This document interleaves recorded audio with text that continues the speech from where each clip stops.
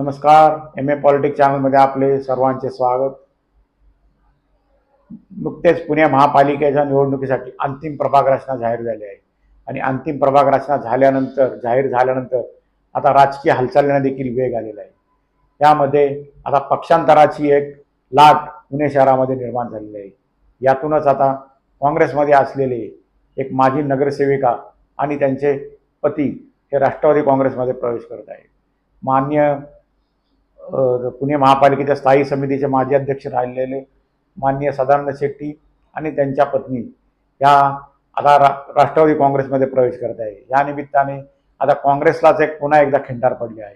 एक तर सध्याची पक्षाची परिस्थिती अशी आहे की पक्षाला आता गळती लागलेली आहे. ते पक्षाचे माजी 2 आमदार होते जिल्ह्यामध्ये, त्यांनी देखील भाजपमध्ये प्रवेश केला आहे आणि आता पुण्यातील देखील माजी नगरसेविका वगैरे आता इतर पक्षांची वाट पकडू लागलेले आहे.